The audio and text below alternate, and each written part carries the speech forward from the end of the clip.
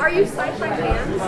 Is that one of the appeals of getting involved in this? Well, I'm a little bit. I mean, one of the appeals for me is literally this film. I was a major fan of this film. I mean, I loved it, and I actually particularly loved the character of Agatha. So it's kind of funny, or you know, very lucky for me.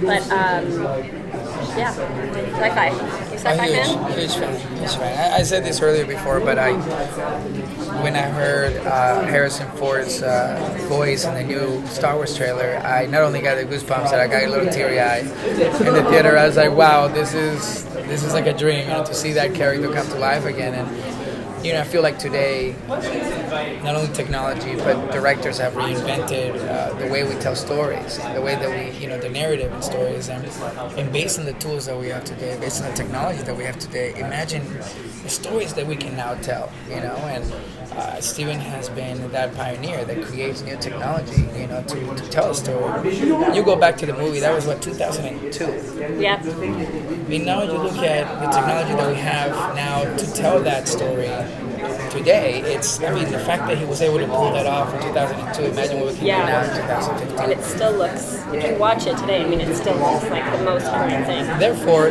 that technology can come to television and then do it on the scale that the fans really want to see. You know, because, you know, I've never been a fan of, you know, a lot of stuff that makes it to television, and unfortunately back in the day, you just couldn't do it as good as the movie, you know? But today, it doesn't matter where you see your content, it doesn't matter where you watch it, really it's about, you know, the filmmakers, the actors, you know, how the characters perform. But I'm a huge fan of the genre. What a It great way doesn't hurt to have Steven Spielberg as an executive producer. It sort of opens some doors, you know, a little. Yeah. I guess there was more prominent than the twins in the story, in the original film. But from that original film, what do you take, not necessarily in terms of what was performed, but out of the tone or out of the feel? To what extent does that inform your performances? I think the tone and feel there's a continuity into the series because we have the, you know, when they went outside, like to the house that was where Tom Cruise's wife lived, it was more like a lush green landscape, and yet the city had kind of like more dark and threatening elements, and that's really, there's a continuity in that.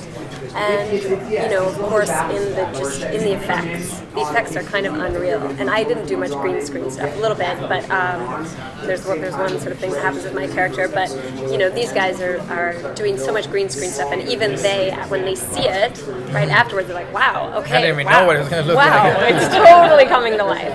So you know, there's very much that going on that was happening in the film. How do you describe the characters? Your characters? How do you describe them? And could I ask you to speak up a little bit? Oh yeah, sure. How did you describe my character? Yeah, I mean, my character is very complicated.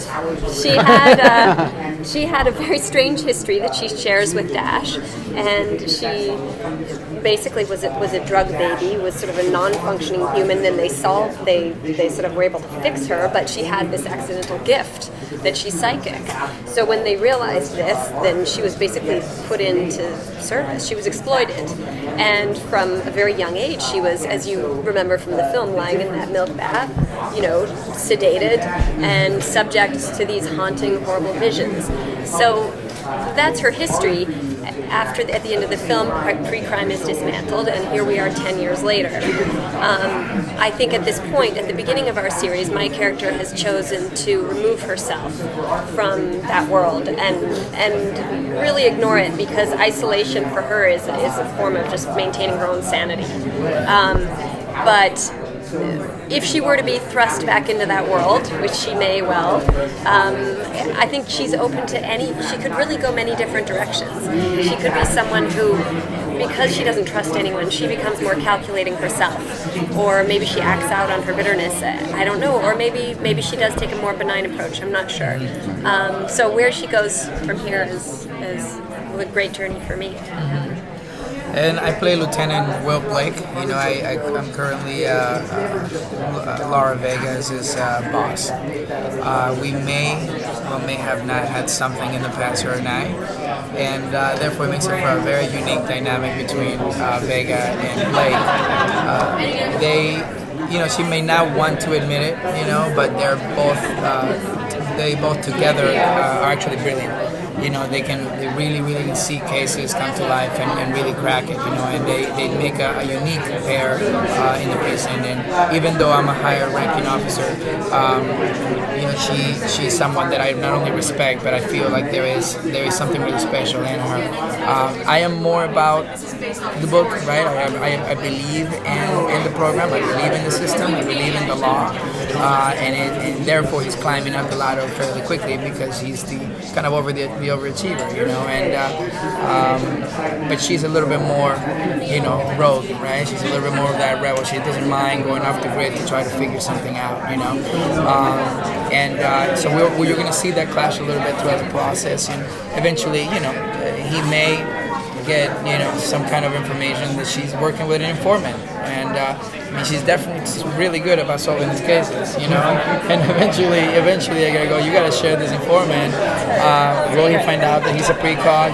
How is he gonna feel about that based on how his character traits about being by the book and by the spirit of what the prison is about.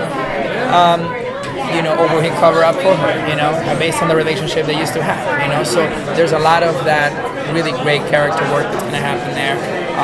But what's also really exciting about the show is that we're going to be solving crimes that, that we could never imagine being pulled off today. We're going to be solving crimes that are inspired by technology that doesn't exist, that probably is going to assist the crime world, on a different level. And I think that also makes it for a unique race to justice. How do we evolve faster than the technology that's assisting our crimes?